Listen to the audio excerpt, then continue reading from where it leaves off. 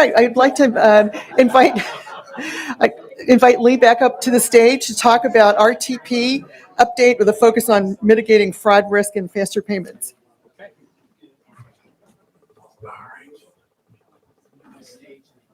Hey, everyone again. So I'm Lee Kiriakou. I'm with the Clearinghouse.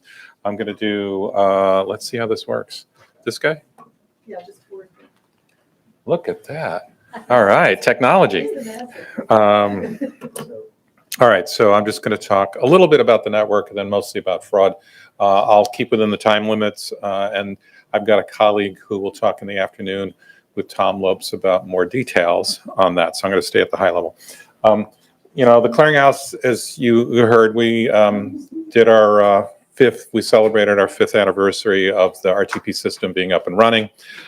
We've been doing this for a while, and it's a proven, reliable network. We've got a bunch of people on, and it's easy to get on. So let me just give you some quick details, and I'll just flip to fraud.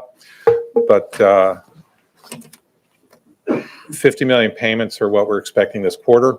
We're sort of on track to do that. We've been growing, as you can see on our chart, every quarter. The bars are the quarterly payment volumes, right? So, first quarter of 2020 down around 10 million, now up around, again, we're going to hit 50 this quarter. So that's pretty good, 20 billion in value. We've got 350 million payments to date on the system. So we know how this works, right? And we run 24/7. So that's the first one. The second one, about 300 banks on the network right now. The vast majority of those banks are community banks and credit unions.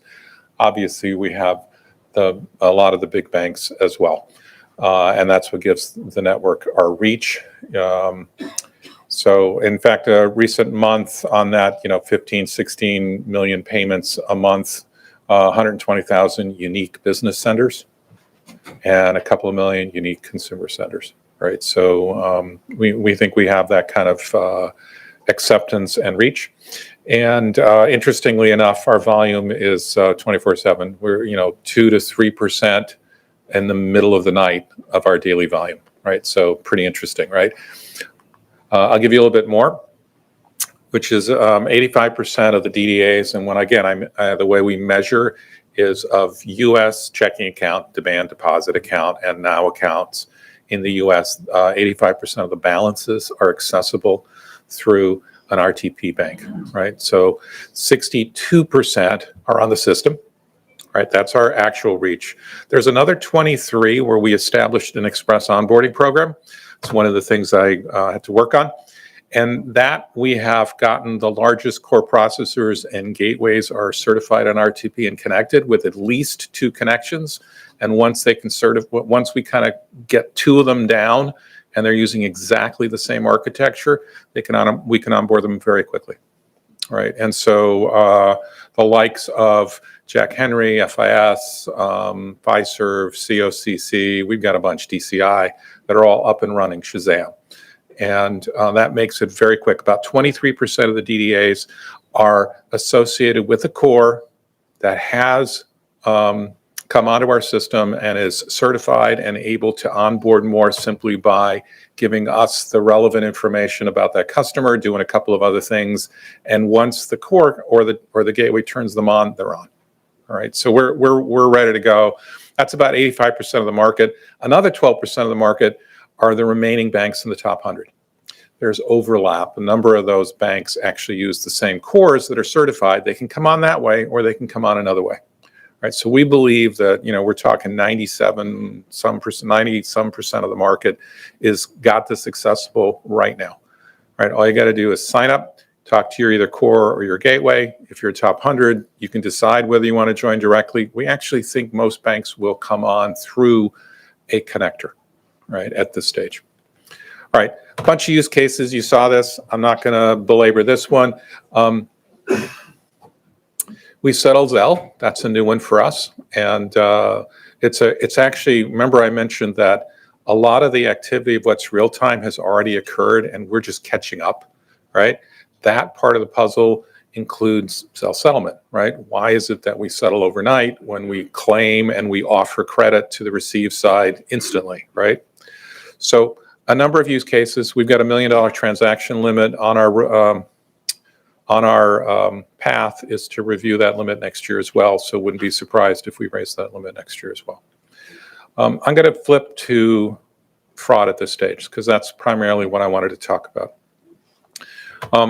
The simple way to think about fraud, and I stay very simple, not only because I don't have that much time in this presentation, but also I'm just kind of a simple guy.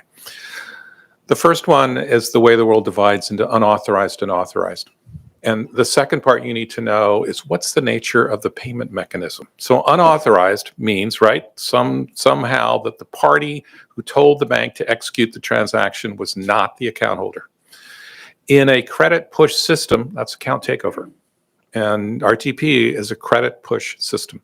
The reason the other one is there, which is the debit pull world, is the world that we are all used to in terms of thinking about fraud, right? So card, check, ACH debits, right? Although ACH debit's pretty low risk, and we can talk about why that is. But the misuse of account info means that the way that you execute the fraud is dramatically different on a debit pull system than it is on a credit push. The authorized side, scams are scams, right?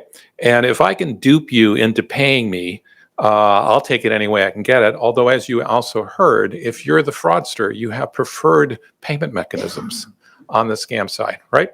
So I actually do this material from the perspective of the fraudster.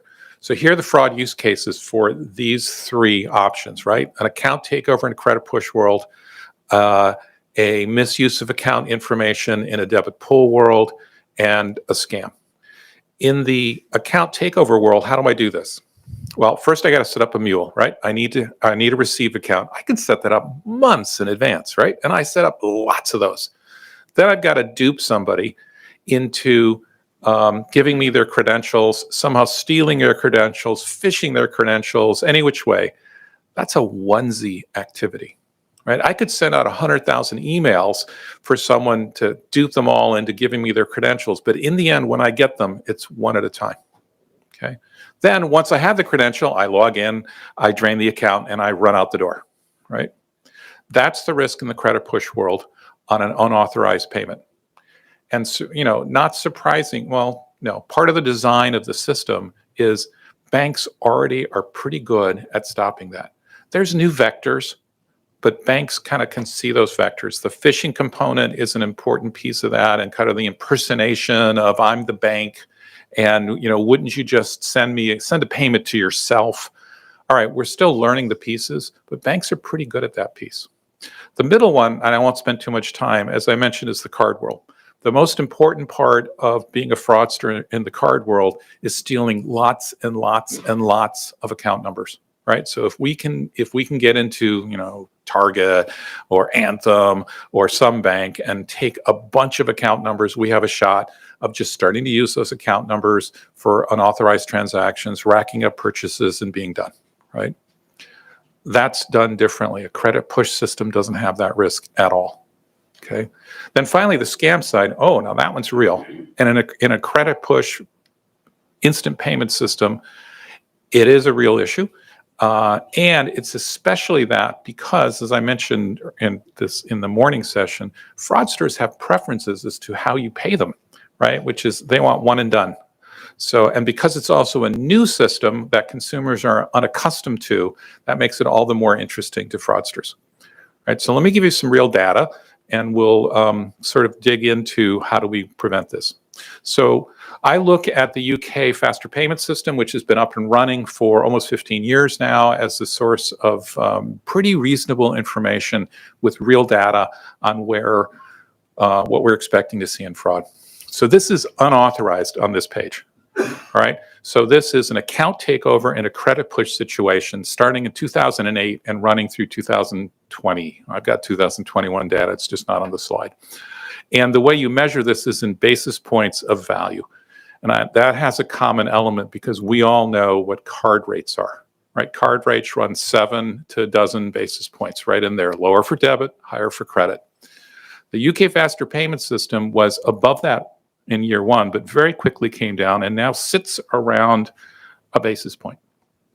Okay, moves up, moves down, new vectors, about a basis point. And actually, this data isn't clean. It's actually a little bit lower than that. Okay, because the way the UK reports their data has a couple of other things in there besides their faster payment system. But that's a pretty good number when you compare it to card. Okay, now the authorized side, and remember going back to the authorized side, the scam side has also been starting to report in the UK as well. So they've mandated the reporting. About 2 basis points, about double, maybe a little bit more than double, right? But roughly that. So my projection is that as our instant payment systems mature in the United States, we should be starting to see numbers in that range, okay? It will be higher, just like the experience in the UK on the unauthorized side. It'll start higher, and then we'll all start learning and we'll come down. What you see in the press now is that our issue on the scam side is that consumers in the United States are not educated and are assuming that they're not on the hook, and they are, right? And so we're learning that very quickly. There's a lot of hue and cry about that, but we're in our learning phase, right? And as we learn our way through that, those numbers will come down, okay?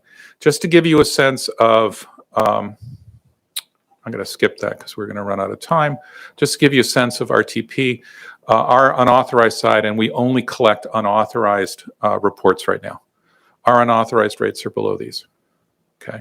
Just to give you a number. I don't want to be precise about it, but they're below that, and most times they're well below that. I wouldn't give us a ton of credit, right? It's a very controlled environment, and most of our senders, the large volume of senders, are large dispersers. They're corporates, all right? They're not going to have their accounts taken over, okay? The folks, our colleagues on the Zelle world, are in the world where consumers are initiating. And that's where a lot of our learning is going to come from, right? And so they're kind of on the leading edge. We're kind of, get to work behind the scenes. Even when we settle Zelle, it's their front end that has the issue. We're just doing the settlement, right? So, but I do think that a faster payment system, when it matures, when we get our appropriate controls in place, not so much on the authorized side, because banks know how to do, on the unauthorized side, banks know how to do that. It's on the authorized side and about educating our consumers. Once we get those two in place, this will work pretty well. I'm not going to worry about scams. I'm just going to keep going and talk about what are the RTP fraud control requirements, and then also what are the options for affecting fraud. So RTP requires multi-factor authentication. It's in your FFIEC guidelines as banks. There are instances where FFIEC says you should be using higher security, meaning multi-factor or the equivalent. So we say this is one of those situations. That's the only thing in addition that RTP does above the FFIEC guidelines for banks. This is an instance where you should use a higher level of security, so it's multi-factor or of equal strength. That's what it says in the guidelines. Therefore, the rules say the same thing, because we just tend to point to the guidelines. It doesn't mean you have to use multi-factor every single payment. It means it has to be part of your overall approach to controlling authentication of your customer, okay? Second, we require appropriate fraud screening. The word is appropriate, okay? And again, that's left to banks to determine. It does not mean the rules in RTP do not require real-time fraud screening. A bank can choose to do real-time fraud screening, but the rules don't require it. The rules simply say you should be doing appropriate fraud screening. Let me give you an example. Suppose you had a receiver scoring system, blacklists, whatever you want to call it, right? You hire a service to tell you, here, if you get a receiver on a payment that one of your customers is going to send to, beware of this one, high score. Okay, what do I do with that? Do I need to do it real time? Send me the file, and overnight, I'll just bang that list of high-scoring potential bad receivers against my customers' pay directories. Oh, right. Okay, I can do that. Don't have to do it real time. I just put a mark on the ones that are high score. Someone tries to send to a high score payee in their pay directory. How about no? Or how about friction, right?